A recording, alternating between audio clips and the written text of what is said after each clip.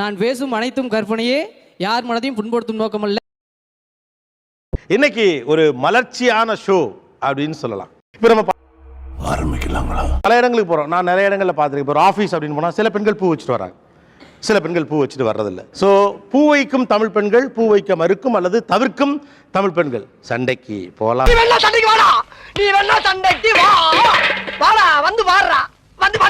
பூ வைக்கிறதுக்கு முன்னால ஒரு பெண் எப்படி இருப்பா, தோற்றத்திலையும் சரி மனதளவுலையும் சரி. பூ வச்ச பிறகு அந்த தோற்றம் எப்படி மாறும், அவங்க மைண்ட் எப்படிலாம் மாறும். தெய்வமே தெய்வமே நன்றி சொல்வேன் தெய்வமே.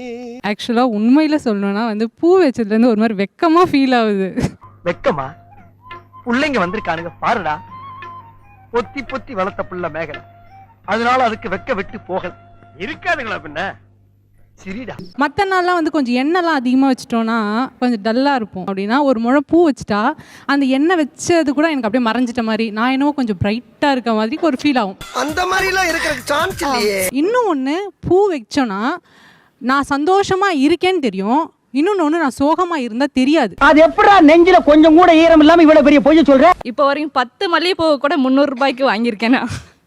வெறும் 10 மல்லிகைப்பூவை 300 ரூபாய் கொடுத்து வாங்கி தந்திருக்காரு எங்க வீட்டுல. என்னை யாரும் தேட வேண்டாம் அப்படின்னு எழுதி வச்சுட்டு எங்கேயாவது கண்காணாத இடத்துக்கு போயிடலாம் போல தோணும்.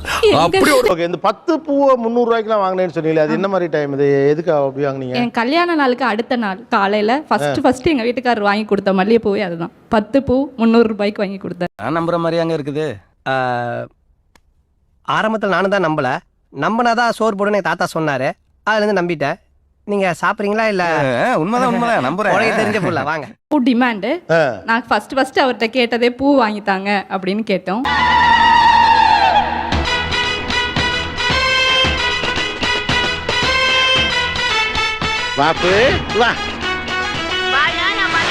எங்க பார்த்தாலும் பூவே கிடைக்கல, என்ன பூ வேணும்னு கேட்டாரு. மல்லிகைப்பூன்னு சொல்லிட்டேன். வேற ஆப்ஷனே இல்ல அவருக்கு. முதல்ல எனக்கு வாங்கி தந்ததே 10 மல்லிகைப்பூவை 300 ரூபாய்க்கு வாங்கி. நீ அடிக்கடி வரணும் எதுக்கு? அடுத்த தடவை வண்டி முன்னாடி விழுந்து எங்க நகை கடையை எழுதி வாங்குறதுக்கா? போடா.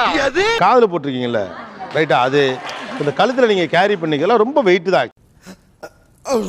இந்த ஈஸ்தெட்டிக் சென்ஸ்னு அவங்க சொல்றாங்கல்ல, அவங்களுக்கு அந்த பூல தெரியுது, எனக்கு இந்த மாதிரி ஆர்னமெண்ட்ஸ்ல தெரியுது. அப்ப ஈஸ்தெட்டிக் சென்ஸ் தானே நீங்க பேசணும். அது ஒரு வெயிட், தலையை பிடிச்சி இழுக்கும். மல்லிகைப்பூ என்ன வெயிட் வந்துற போகுது? உட்கார்ந்திருக்கேன் பூரா உனக்கு நல்ல மூடுல இருக்காயின்னு அர்த்தமா? என்ன பிரச்சனை? பிரச்சனையே நீதானடா.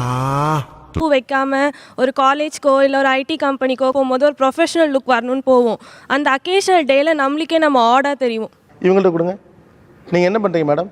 Assistant general manager BSNL. நீங்க இதை விட ப்ரொஃபஷனல். ஐயா, எல்லா இடத்துக்கும் ஒண்ணா போகணும்னு ஆசைப்பட்டா எப்படியா முடியும்? இப்போ அந்த லூஸ் ஹேர் அவங்க விட்டுருக்காங்க, அந்த காது ஓரமா ஒரு பிங்க் கலர் ரோஸ் வச்சிருந்தாங்கன்னா எப்படி சார் இருக்கும்? காதோரம் வச்சுன்னா அந்த ஸ்ரீதேவி 16 வயதுல வச்சிருப்பாங்க. அந்த இதுவே நல்லா தானே இருக்கு. எதுக்கு ஒரு இன்னொரு ரோஸை வச்சு இன்னொன்னு அழகுபடுத்தி நான் இப்படி சைட் போஸ்ட்ல எப்ப பாரு உட்காரணும்? அதுக்கு தானே பிளான் பண்ற நீ. இப்ப போறது இப்படி போறதோட ஒரு ரோஸ் வச்சுட்டு போனீங்கன்னா திரும்பி பார்ப்பாங்க. எனக்கு யாருமே என்ன திரும்பி பார்க்க வேண்டாம். நல்லா இருக்கு, முன்னாடியே பாருங்க, நல்லா தான் இருக்கு. என் கண்ணோட்டத்துக்கு நீங்க அழகா இருக்கீங்க, பூ வச்சா பேரழகா தெரிவிங்கன்னு எனக்கு தோணும்.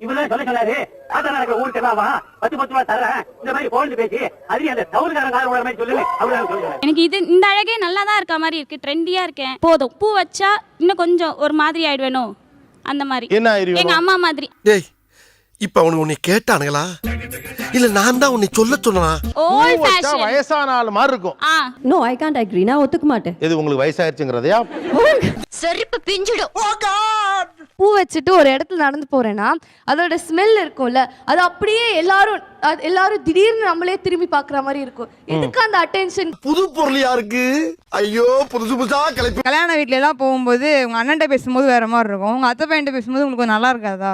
இருக்கும், பட் அதுதான் அந்த பேசுறதுனால ஒன்ன வெக்கப்பட வச்சுட்டாங்கல்ல இப்போ.